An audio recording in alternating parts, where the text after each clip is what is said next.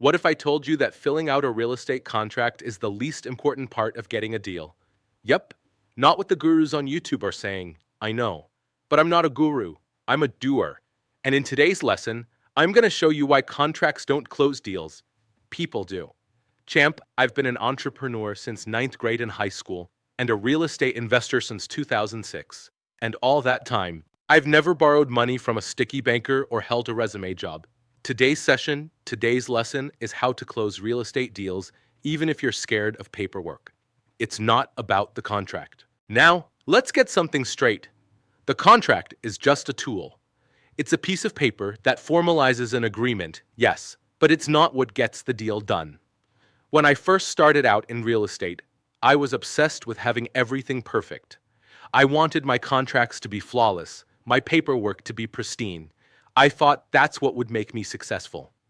But after years of experience, I've learned that it's not the contract that closes the deal. It's the trust you build with the seller. In fact, a contract is a formality that comes later. The real work happens before you ever put pen to paper. When you focus too much on the paperwork, you're missing the bigger picture.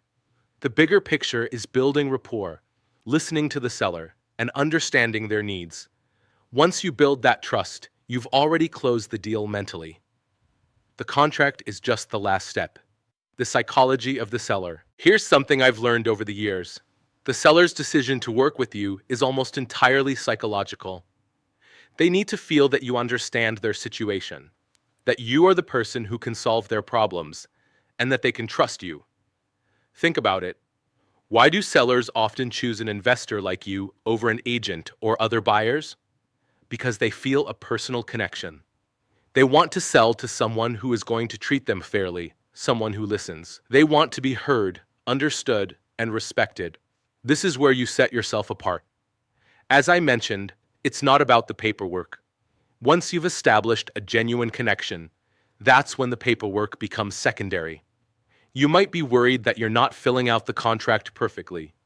You might be unsure about the details of seller financing or subject to deals. Guess what?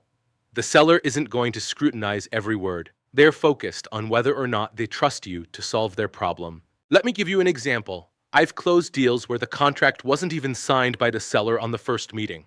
I showed up, we talked, we built rapport, and then I said, okay, let's make sure everything is written down properly. They were on board because they knew I cared about them and I knew what I was doing. That's the key. The deal is already done when the seller trusts you. The power of massive action. Now here's where most people fail. They get so caught up in the details of not messing up that they freeze. They want everything to be perfect before they take action. But let me tell you something important. Perfection is the enemy of progress. When I started my real estate journey, I was afraid of everything, including making mistakes on contracts. But here's the thing. You can't wait for perfection. You can't wait for the right moment. You need to take massive action, even if you're unsure. I know because I've been there. I was living in my car, didn't have a lot of money, and I made mistakes. But I still took action. Here's what I realized. When you take action, your fears start to melt away. You might make mistakes, but those mistakes are your best teacher. The seller doesn't care if you miss a checkbox or two on a form. What matters is that you're moving forward and getting results. And that's how you'll learn. The best part is you'll learn by doing. The more you take action, the more confident you become. You know what they say, the person who makes the most mistakes wins. It's true. The more mistakes you make, the more you learn, the more you grow, and the more deals you close. So forget about being perfect. Just take action. Now, if you're struggling to take action, or if you feel stuck, I have something that can help. There are 2 resources I created to support you in taking action and getting your first deal. Number 1. The new flip I designed, the new flip to show you how to flip things today with no money down and no bank loans. It's all about hustle, negotiation, and spotting deals in real life. When I started flipping bicycles, I didn't just learn how to flip bikes. I learned the negotiation tactics, how to hustle, and how to spot the hidden gems. This is how I made my first money, and it was the perfect training ground for real estate. Grab it at thenewflip.com. See? Reboot. If your mind is holding you back from taking action, Reboot is your mindset reset. This program is designed to help you push through fear, procrastination, and that feeling of being overwhelmed. If you're stuck in analysis paralysis, if you feel like you've got all this knowledge but never move, Reboot is for you. Start your reset at myrealestatedojo.com/reboot. Mastering the deal. Let's talk about mastering the deal. Once you've built rapport with the seller, once they trust you, and once you're taking massive action, what's next? Here's the step-by-step. 1. Build rapport early. Understand the seller's needs. Don't rush this. Don't just talk about the property. Talk about them, their life, their motivations. 2. Position yourself as an expert. Share your knowledge in a way that feels helpful. Don't talk down to the seller, but show them you've done your research and can offer real solutions. 3. Focus on the solution, not the price. When you're negotiating, don't make the focus about price. Make it about solving their problem. What do they really need? What's their true pain point? Focus on addressing that. 4.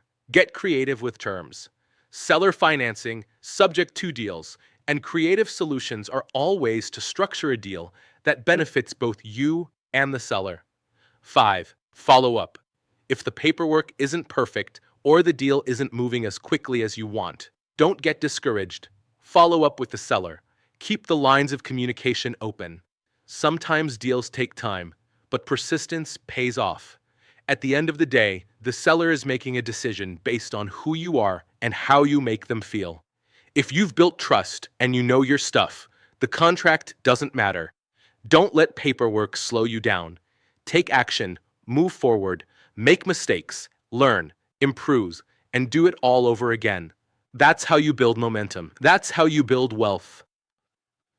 If you're ready to dive in, grab my resources. And as always, remember, you are braver than you believe, stronger than you seem, smarter than you think, and twice as beautiful as you'd ever imagined. Rumi, don't take no for an answer. Much love and peace.